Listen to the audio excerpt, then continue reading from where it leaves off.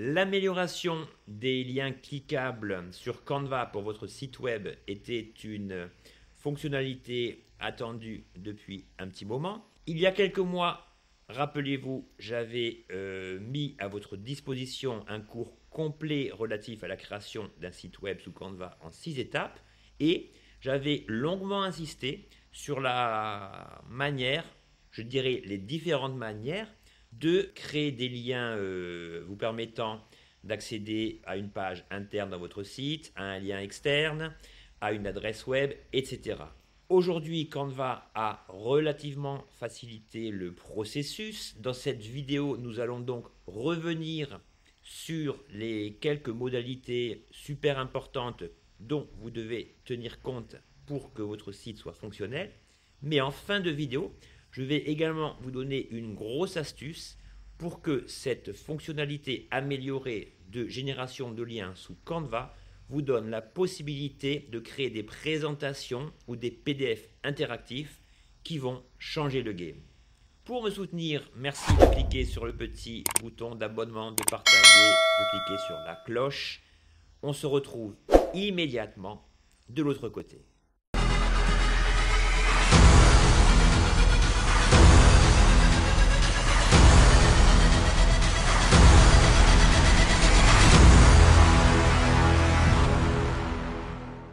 Nous voici sur l'interface de Canva. La première remarque que j'aurai à vous faire, c'est qu'évidemment ici, je ne vais pas refaire le cours que j'avais déjà fait il y a quelques mois et que vous avez apprécié. Vous pouvez le retrouver dans le lien de la description si vous voulez le voir. Il s'agit d'un cours de près de 2 heures qui visite le spectre large de toutes les fonctionnalités liées à la conception d'un site fonctionnel sous Canva. Ici, je vais simplement mettre l'accent sur la nouvelle fonctionnalité liée aux liens cliquables sur Canva. Donc la première chose, alors ici j'ai simplement pour l'exemple généré un site web que vous retrouvez sur l'accueil, un site web, générer un site web. Donc vous choisissez un modèle préconçu. J'ai rajouté des petits éléments pour que je vous montre tout ça de manière très claire dans les différents exemples. Donc ici, le site web est composé de 5 pages qui correspondent à chacun des liens que j'ai créés ici. Les liens, évidemment, vous l'aurez compris, ne sont pas cliquables. Donc, pour faire un petit rappel sur l'ancienne méthode, eh bien, quand vous cliquez sur un lien, apparaissait en haut sur la barre ici le symbole du lien, c'est-à-dire 2 sortes de maillons de chaîne comme ceci. Et vous voyez que ici, eh bien, cette fonctionnalité a disparu.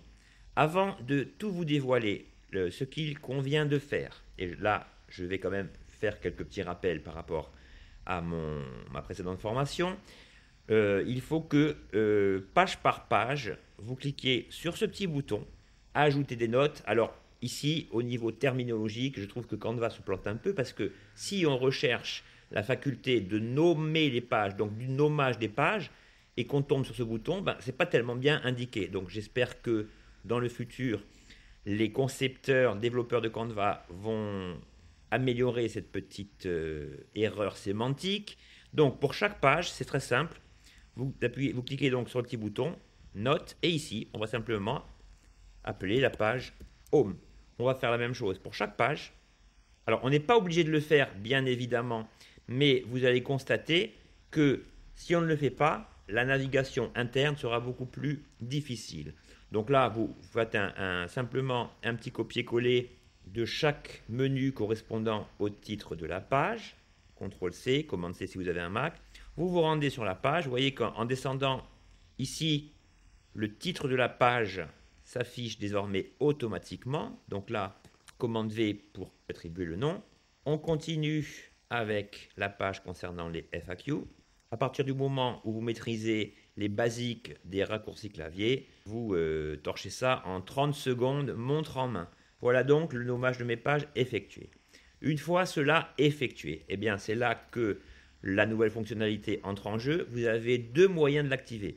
La première, c'est de vous rendre sur le lien concerné, de cliquer sur les 3 petits points ici, et là, vous voyez que l'ancienne icône qui apparaissait jadis sur la barre latérale du haut apparaît ici. Alors après, c'est exactement la même chose, hein, ce n'était pas révolutionnaire non plus, mais moi, mon but, c'est de vous aider à prendre en considération les nouveautés utiles qui participeront de l'amélioration et de la rapidité plus prononcée de votre flux de travail. Donc ici, on est d'accord que cette page Home doit consister, lorsque l'utilisateur clique dessus, à venir ici. Et bien ici, simplement, vous allez cliquer sur les pages proposées, c'est-à-dire la page Home. Sur le deuxième bouton bis repetita, alors vous voyez ici par exemple, je suis coincé parce que ma caméra gêne la manœuvre. Eh bien, c'est le moment propice, idéal, de vous annoncer la deuxième solution pour générer un lien facilement. Si vous avez un PC, vous allez cliquer sur CTRL-K. Si c'est un Mac, qui est mon cas, je vais cliquer sur Commande-K. Et je clique sur le deuxième lien. Donc là, le lien est validé, je termine. Je clique désormais sur le troisième lien, Commande-K, et je clique sur la troisième page. FAQ, Commande-K, et je clique sur la quatrième page. Vous voyez que le processus est largement facilité. Commande-K, et voilà mes liens internes. Alors vous voyez par exemple là, j'ai oublié d'attribuer le titre à la cinquième page. Donc là, je sais que donc en fait, j'ai carrément oublié de créer un lien. Mais c'est pas grave parce que ça va nous aider à faire quelque chose. C'est une erreur involontaire, mais qui va nous servir. Donc la première page, c'est bien la page Home. La deuxième page, c'est bien About Digital Consulting, Digital Consulting Services. La FAQ, ah voilà, j'ai oublié Early News. Bon, c'est pas grave, ça va nous donner l'opportunité de voir comment créer un lien de toute pièce. Donc là, je vais simplement effectuer un CTRL-A ou un commande-A si vous avez un Mac pour tout sélectionner, commande-C pour copier. Ensuite, pour ne pas m'embêter avec des problèmes de redimensionnement du lien que j'ai oublié, je vais simplement déjà faire descendre ces deux éléments. Ici, je vais simplement me rendre sur le lien que je désire copier, effectuer un CTRL-D pour PC ou un commande-D pour Mac, pardon, et je descends. Ensuite, je sélectionne mon texte, commande V, et voilà les Early News. Donc, à partir de là, je peux donc disposer du nommage de mes 6 pages. Donc là, Early News, il faut se méfier parce que comme j'ai copié le lien précédent, eh bien, si vous cliquez sur Early Reviews, celui-ci va vous mener vers la page précédente. Donc, je clique dessus, commande K, voilà, j'annule mon lien, pardon, et ici, je vais donc aller dans la page que j'ai encore oublié de créer. Donc, décidément, donc là, c'est pas grave, on revient dessus, je clique, voilà, je copie le nom, et désormais, toutes mes pages seront nommées.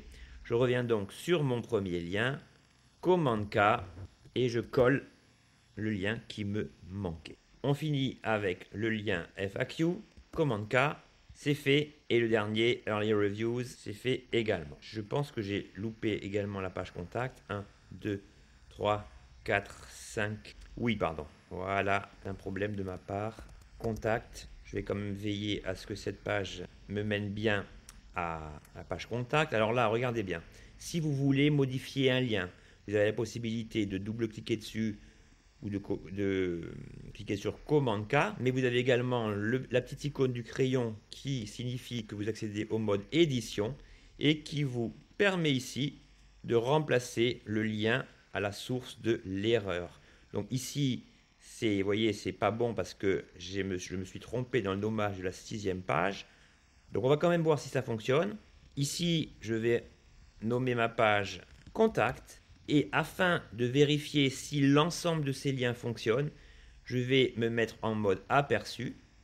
Donc là, le mode aperçu, rappelez-vous, c'est comme si vous visualisiez le site comme s'il était en ligne. Donc, Double Digiting, ça fonctionne. Digital Consulting Service, ça fonctionne. Early Reviews, ça fonctionne. FAQ, ça fonctionne. Et Contact, ça fonctionne. Donc, tout va bien. Le fait d'avoir créé un lien sur une page qui était mal nommée n'a eu aucune incidence dans la mesure où, a posteriori, en ayant renommé la page contact, celui-ci est encore opérationnel. Donc nos 6 liens, grâce à cette nouvelle fonctionnalité, sont particulièrement opérationnels. Donc ici, alors ici par exemple, vous voyez, il y a un décalage entre les liens. Donc là, n'ayez crainte, il suffit de cliquer un petit peu et voilà, Canva va prendre en compte l'espace entre les différents liens précédents pour les réadapter lorsque vous allez bouger des liens qui ne correspondaient pas au même écart, au même alignement vertical que ceci. Donc voilà pour les liens internes. Alors maintenant, vous savez que le but d'un logo sur un site internet, ce n'est pas seulement de faire joli. En principe, et vous l'avez sans doute remarqué depuis des années, quand vous cliquez sur le logo d'un site, cela vous permet de revenir immédiatement à la page d'accueil. Donc, par exemple ici, si si vous décidez que le menu de votre site ne doit figurer que sur la première page et pas sur celle-ci, si vous faites un site minimaliste, etc., eh bien, il faut quand même qu'on ait un moyen immédiatement de revenir à la première page. Alors voilà comment nous allons faire. Donc là, nous avons vu la fonctionnalité des liens sur du texte. Maintenant, voilà ce que je vais faire. Je vais cliquer sur les deux formes regroupées. OK. Commande K. Et là, vous voyez que quand les éléments sont regroupés, cela ne fonctionne pas. Donc là, ce que je vais faire, je vais cliquer sur le logo. Commande K. Je vais dégrouper les deux éléments. Je vais sur le logo, l'image en tant que telle, commande K, et là je vais lui dire que je veux retourner à la page Home. À partir de là, je vais choisir de reproduire ce logo sur chacune des pages. C'est pour ça que j'ai effectué le lien sur le logo avant de le coller dans les autres pages. Sinon, si votre site fait 20 pages, vous allez chaque fois obligé de répéter 20 fois la même opération. Maintenant que ce lien existe ici, il suffit que je fasse CTRL-C pour PC, CTRL-C pour Mac, que je me rende sur chaque page, CTRL-V ou commande-V, et le logo sera positionné exactement au même endroit, page par page. Donc là, par mégarde, j'ai oublié de sélectionner un petit élément qu'il y avait dans le logo important. Voilà. Là, par exemple, il suffit que je descende contact. Et maintenant, vous allez constater, en mode aperçu, que lorsque je descends dans mon site et que je clique sur le logo, cela va me permettre de remonter à la page d'accueil. Donc, comme je vous l'ai dit, là j'ai oublié de cliquer le H, mais c'est pas grave, on n'est pas là pour de l'ultra précision. Moi, ce que je veux, c'est que vous compreniez bien les différentes fonctionnalités qui vont vous faciliter la tâche. Donc voilà, on a donc 6 liens internes, menant à des pages internes de votre site. Le logo qui vous permet de revenir à chaque fois à la première page. Donc si je descends, on va reprendre les bases de l'ancien cours, mais avec des petites fonctionnalités différentes. Alors maintenant, regardez bien. Qu'en est-il si vous voulez télécharger des éléments externes? Donc un PDF, un document Word, une image, ou, et j'ai oublié de le faire, alors on va le faire tout de suite, je vais cliquer ici. Donc là, je garde mon doigt sur l'option commande de mon clavier, l'option, et je vais mettre lien externe. Donc un lien externe, c'est lorsque vous faites un lien vers, par exemple, la page d'un site internet, mais ici, lorsque vous allez cliquer dessus, on va vouloir que cette page s'ouvre dans une page externe, plus précisément dans un nouvel onglet. Car il n'y a rien de plus contre-productif, commercialement parlant, qu'un utilisateur qui va cliquer sur un lien, qui va aboutir à la page souhaitée, mais qui en même temps va faire que vous sortez de votre propre site. Donc ça, c'est pas possible. C'est vraiment, comme je vous l'ai dit, contre-productif.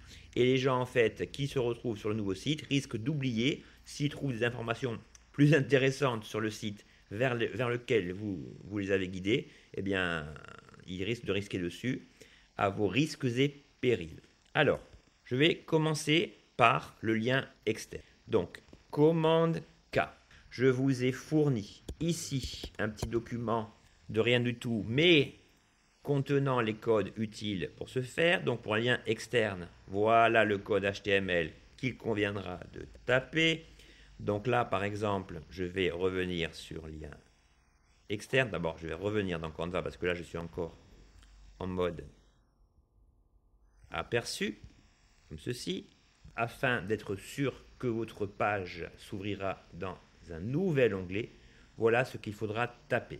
Alors, je vous précise que dans la description de cette vidéo, vous aurez un lien vous menant à un petit document que j'ai créé pour vous avec les 3 principaux codes HTML assez basiques mais qui vous seront d'une ô combien grande utilité pour procéder à des liens spéciaux. Donc ici, voilà ce que vous allez faire. Vous allez cliquer, enfin, vous allez sélectionner le lien correspondant au lien externe. Vous allez aller ici. Une fois cela fait, que signifie ce code?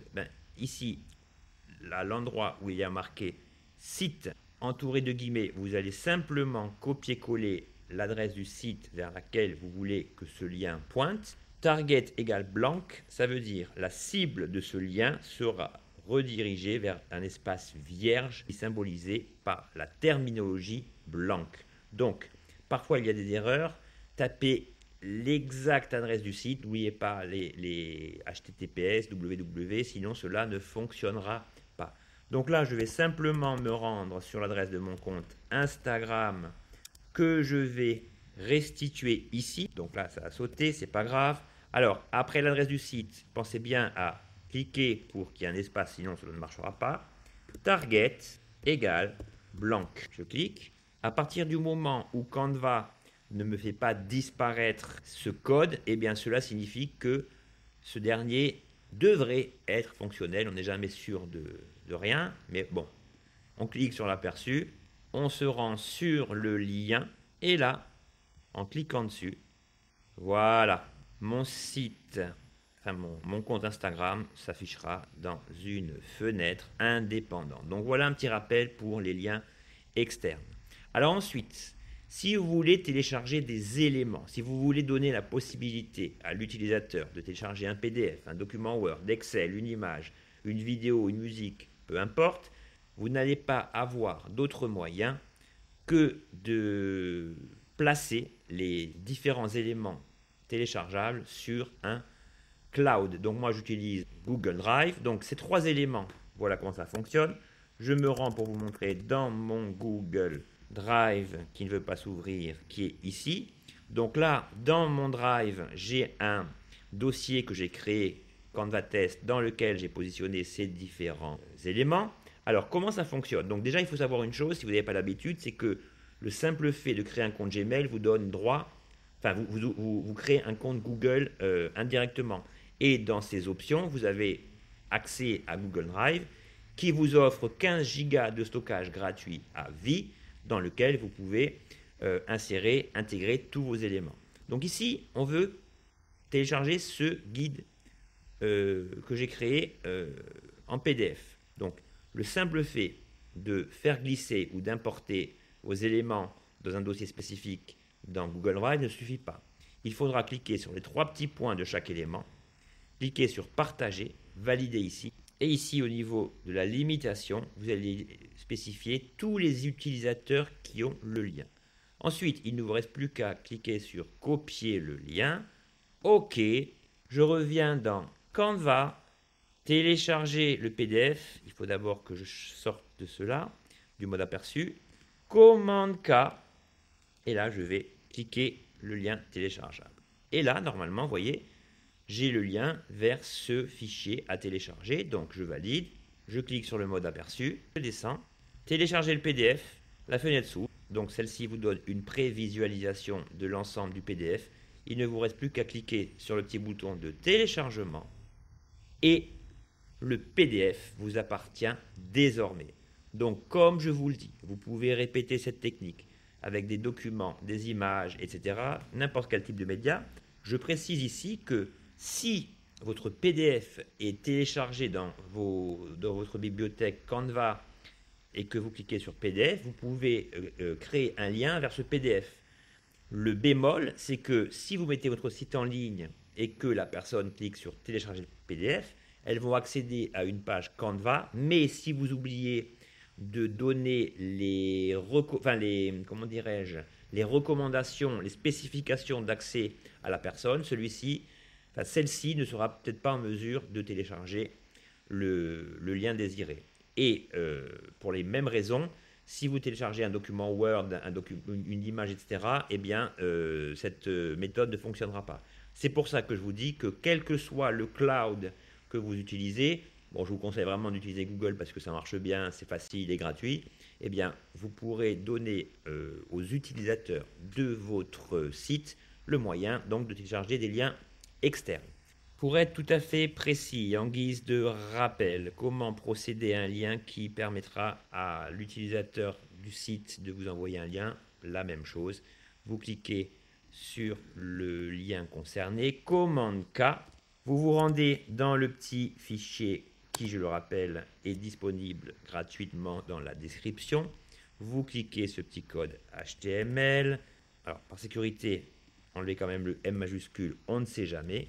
Donc, mail to, donc le mail vert, et ici votre mail. N'oubliez pas que les deux points doivent être collés au haut de mail to. Il doit y avoir un espace juste après, et ensuite, vous tapez, donc là je vais taper une de mes adresses web, peu importe, yahoo.fr, et si, en validant ici, voilà, ce petit pourcentage suivi de 20 ne marche pas, c'est que votre lien ne sera pas fonctionnel, du moins ceux concernant les liens vers une adresse web. Donc là, je clique sur terminer, je retourne dans l'aperçu. À partir de ma page d'accueil, je retourne dans contact. Et là, si je clique dessus, donc moi, par exemple, j'utilise le mail de Mac. Si vous êtes abonné à Outlook ou à un autre opérateur web, ou à une autre boîte mail, celle-ci apparaîtra et permettra à la personne de cliquer, enfin d'utiliser plutôt la boîte mail à laquelle elle est abonnée pour vous envoyer un message. Voilà donc la génération de liens grâce à la nouvelle méthode simplifiée offerte par Canva. Donc, tout fonctionne. Les liens internes, les liens qui nous permettent de revenir à partir de chaque page à la page d'accueil et les liens vous permettant de télécharger de visiter soit un site externe, soit un nouvel onglet, de télécharger n'importe quel type de document et ici d'accéder à une adresse mail. Bon, après ici c'est pareil, hein, si vous voulez aller vers votre Instagram, votre Twitter, votre X, votre Pinterest, Facebook, c'est la même chose. Alors, je tiens aussi à vous préciser une chose, c'est que c'est vrai que Canva a annoncé en octobre 2023 de grosses nouveautés qu'on a eu du mal à digérer, etc. Et notamment le studio magique. Là aussi, je vous donne une description en bas. J'avais fait une formation concernant l'ensemble du studio magique, mais je suis en train d'en préparer une autre pour rafraîchir un petit peu et mettre à jour toutes les astuces et nouvelles améliorations apportées à ce studio magique. Mais en tout cas, ce que je veux vous dire par là, c'est que dans le document que je vous ai joint, je vous ai inséré un code HTML qui malheureusement ne fonctionne pas avec Canva. Mais si vous regardez cette vidéo et que vous voulez par exemple créer votre site dans un autre logiciel tel que WordPress par exemple, eh bien sachez que ce code, si par exemple ici, voilà, j'avais voulu créer un lien permettant à l'utilisateur sur son portable de cliquer dessus pour accéder directement à comment dirais-je, au clavier de votre ordinateur avec le numéro déjà tapé, eh bien cela est possible grâce à ce petit code HTML. Donc je pense que Canva va tout mettre ça, va permettre ce genre d'intégration. Mais en tout cas, voilà, ce que je vais vous dire, dit plus simplement, c'est que si vous créez votre site avec un autre logiciel et que vous désirez que la personne, en cliquant sur l'icône du téléphone, voit apparaître le clavier lui permettant de cliquer simplement sur l'icône du téléphone pour vous appeler, ben cela est parfaitement possible. Donc voilà ce que je tenais à vous dire concernant les liens liés à un site internet, mais cela ne s'arrête pas là. Je vais vous donner un autre exemple. Donc je reviens en arrière. Je vous ai dit en début de vidéo que cette nouvelle fonctionnalité servait à simplifier le processus de création de liens, mais celui-ci ne se limite pas au site web. Je vous donne un exemple. Moi, ça fait 20 ans que je donne des cours en bureautique, que je donne des cours, sur la conception de présentations PowerPoint. Donc, vous savez que les présentations PowerPoint, c'est souvent des présentations qui sont présentées devant une audience en public, etc. Et parfois, il s'agit de PDF qui sont composés de 20-30 pages. Et il arrive qu'en plein milieu d'une réunion, par exemple, vous êtes en page 18, il arrive qu'une personne vous dise « Est-ce que vous pouvez revenir à la page 12 parce que je n'ai pas compris ?» Et là, problème, si vous n'avez pas fait les choses correctement, c'est que vous êtes soit obligé de revenir en arrière, donc de revenir vers le haut, de scroller, si j'ose dire, même si ce n'est pas le terme appliqué à une présentation PowerPoint, pour revenir à la page, donc vous perdez du temps. au niveau de l'audience, c'est pas terrible, d'accord? Ou vous êtes carrément obligé, parce que vous ne savez pas comment faire, de sortir du PDF, de recommencer à zéro et de revenir à la page 12 demandée par le spectateur. Je vous assure que c'est... Enfin, il y a des personnes qui m'ont dit que ce problème m'est souvent arrivé. Donc comment pallier à cela? Ben, c'est simple. Ici, je vous montre donc le document créé dans le cadre de la mise en conformité du RGPD. Donc ce document, voilà, c'est une présentation interactive créée sur Canva, exportable en PDF, qui donne à la personne toutes les clés par exemple, pour remettre son entreprise en conformité par rapport à la sécurité informatique en entreprise. Donc vous voyez par exemple, ce document est composé de 26 slides. Admettons que je l'exporte en PDF et que une personne justement me demande de revenir à telle ou telle page. Ou moi par exemple, si je suis au milieu de la page 21 et que je me dis tiens, je vais revenir au point 3 pour faire le lien entre ce point et le point précédemment développé, ben, c'est très difficile. Ce que je veux dire par là, c'est que là, je vais être obligé de revenir en arrière. Bon, je ne vais pas vous redire ce que j'ai dit il y a 5 minutes, mais c'est exactement le même problème. Donc, ce qu'il faut que vous fassiez, et ça, personne n'y pense, c'est que lorsque vous créez une présentation exportable au format présentation ou au format PDF sur Canva, il faut absolument que vous prévoyiez un sommaire. Donc, comment ça fonctionne? Donc là, il n'est pas fait, d'accord? Là, je vais créer une nouvelle page. Je vais appuyer sur T comme texte sommaire. Et en fait, il s'agit de procéder exactement comme le menu en fait de votre site web. Donc là, voilà, le trait vertical mauve me donne l'axe précis de ma feuille. Donc je suis sûr que mon texte est bien centré. Et là, il suffit juste que je me rende sur la première page. Donc je vais faire comme tout à l'heure. Je vais copier ce texte. Je reviens sur mon sommaire. Je vais le coller ici. Et évidemment, pour des raisons de visibilité, je vais réduire ce dernier. Donc là, on va le mettre aligné à gauche. Je vais veiller au fait que chaque élément de mon sommaire, voilà, soit sur une seule ligne. Donc je vais procéder ainsi. Je vais procéder ainsi pour la page 2. Voilà, je reviens sur mon sommaire. Ici, je clique, j'appuie sur Option pour faire glisser cela et je colle pour que le style s'adapte. Alors après, il y a une autre solution. Si par exemple, vous faites comme ceci et que vous faites copier le bloc de texte que vous avez dans le sommaire, que vous le collez, ben celui-ci sera trop gros. Donc là aussi, je mets l'accent sur une nouvelle fonctionnalité Canva qui existe depuis Mathusalem sur Word, c'est le pinceau, enfin l'outil de reproduction de la mise en forme. Donc vous cliquez sur le texte dont vous voulez copier la mise en forme, vous cliquez sur cette petite icône, vous allez là et le tour est joué. Voilà donc encore une petite amélioration Canva. Donc là, 4 recours possibles. Commande C, je retourne dans mon sommaire. Vous avez désormais compris comment cela fonctionnait. Donc là, je ferai tout au dernier moment. Et là, ce qui m'intéresse, c'est le point 5, car comme vous le constatez, le point 5, à contrario des autres points, ben lui, il est composé de nombreuses feuilles. Donc là, l'avantage aussi avec ça, c'est que si vous êtes au niveau du point 6 et que vous voulez revenir au niveau du point 5, eh bien, cela vous permettra de sauter directement un certain nombre de pages. Donc, je retourne dans mon sommaire, je colle cela, je mets ça ici, je vais ici, outil de reproduction de la mise en forme, je l'applique ici, je le réactive et je l'applique ici. Voilà. Bon, déjà, le sommaire est pas mal. Donc maintenant, comment je procède? Et ça, je procède de la même manière sur PowerPoint depuis des années. C'est une technique qui m'a toujours souri, enfin, faciliter les choses si vous voulez. Eh bien, ici, pareil, commande K. Ici, donc, alors ici, vous pouvez également nommer vos pages parce que vous voyez que là, c'est pas évident de s'y retrouver. Bon, vous avez compris comment ça marche, je ne vais pas vous le refaire. Donc là, je sais que j'ai ma page à mon point 1. Ici, commande K, je sais que j'ai mon point 2. Ici, commande K, je sais que j'ai mon point 3. Ici, commande K, je sais que j'ai mon point 4.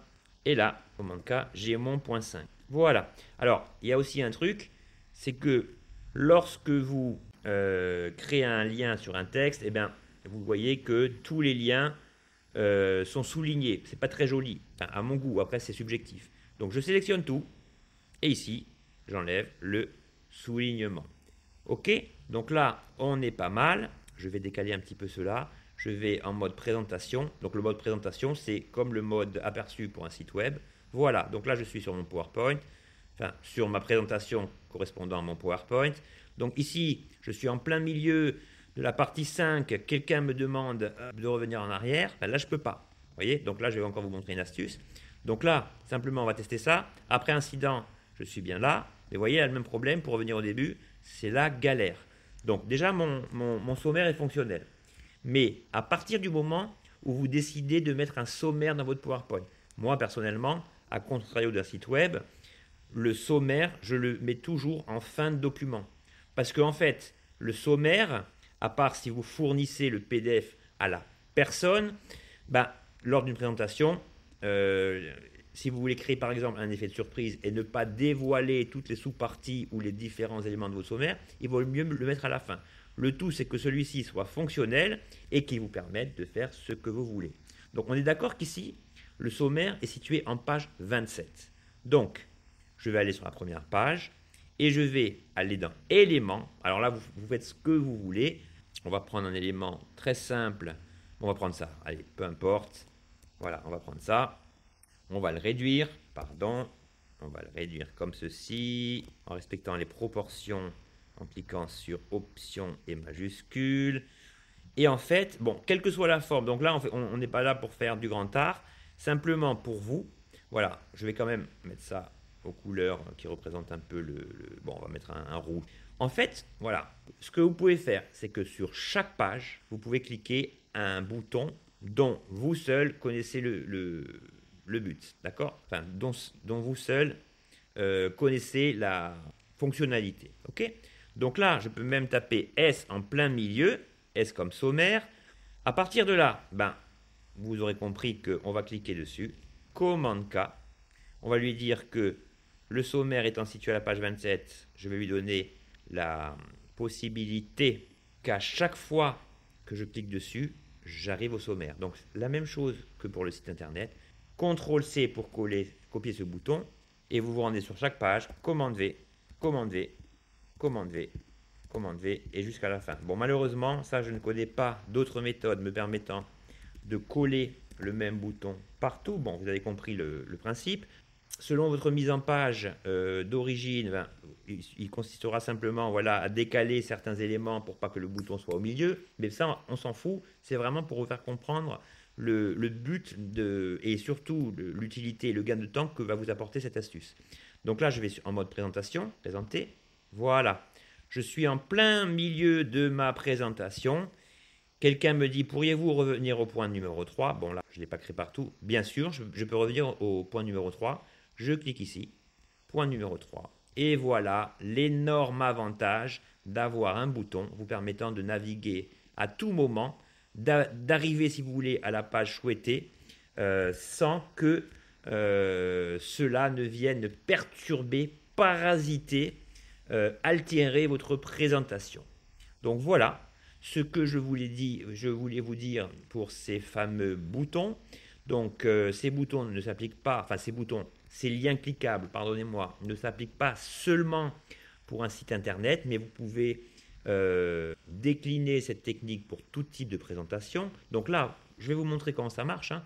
Donc là, si je partage ce document au format PDF standard, comme je le fais d'habitude, alors évidemment, si vous créez un PDF aplati, ça ne marchera pas, hein. Il faut vraiment que vous conserviez les paramètres initiaux du PDF exporté. Donc voilà, mon guide RGPD PDF, donc là je vais mettre test pour pas qu'il remplace le précédent, est bien créé. Très bien. Je vais dans mon Finder, dans téléchargement. Je double-clique sur mon PDF. Voilà, je suis sur l'interface de PDF Writer, le logiciel qui est le plus connu dans le monde pour lire des PDF, un logiciel d'Adobe. Donc pour prouver que tout marche bien en dehors de l'interface de Canva, eh bien, vous voyez que si je clique sur sommaire, je me rends au sommaire, que le document soit en PDF ou au format Canva. Donc sur ce point, tout fonctionne bien. Et je vais vous montrer un autre document pour vous donner une idée supplémentaire de ce que vous pouvez faire grâce à ces liens. Donc voilà, ici, nous sommes sur un document de formation dense sur le branding, les images, enfin toutes les lois servant à gérer l'essentiel des règles sur la création graphique.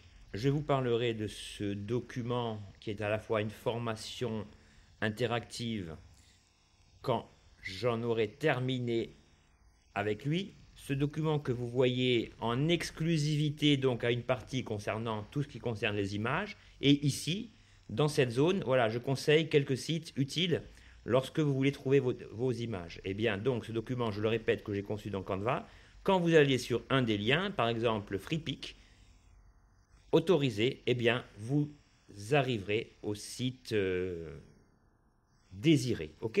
Donc ça c'est vraiment la force des liens que vous voulez créer à partir de Canva ou d'un autre logiciel, c'est la même chose, mais disons que c'est vrai qu'on ne connaît pas forcément toutes les possibilités offertes par ce genre de logiciel, et vous voyez que quand il s'agit d'un site, d'un PDF ou d'une présentation destinée à l'exportation au format PowerPoint, eh bien, ce type de lien est possible sur tous ces documents. Donc, je vous reparlerai de ce document une fois ultérieure. Je vais, pour être tout à fait précis, vous montrer le dernier exemple sur Canva. Donc ici, pour être précis, voilà, j'ai simplement créé une présentation. Donc vous allez dans présentation, choisir un modèle, etc., etc. Et bien ici, donc j'ai un petit souci pour déplacer ma caméra, je ne comprends pas pourquoi, mais peu importe. Là, je vais cliquer sur partager, télécharger, et ici, si vous voulez donc exporter votre présentation compatible au format PowerPoint, et bien voilà, vous choisirez cette option PPTX. Donc tout cela pour vous dire que cela nous permet d'avoir vu en fait les différents médias où ces liens présentent un caractère vraiment intéressant, les sites, les documents PDF et les présentations PowerPoint. Voilà, c'est donc le petit supplément que je tenais à vous apporter par rapport à la formation sur la création de sites web sur Canva. Certes, ce n'est pas une innovation révolutionnaire, mais dans son mode de fonctionnement et dans les possibilités qu'elle apporte, eh bien, je pense que cela sera très utile pour vous aider dans votre travail quotidien. Voilà, c'était Barthélémy. Je vous souhaite un excellent visionnage. N'oubliez pas de me mettre en commentaire ce que vous pensez de cette vidéo, ce que vous avez aimé, pas aimé, des suggestions éventuelles.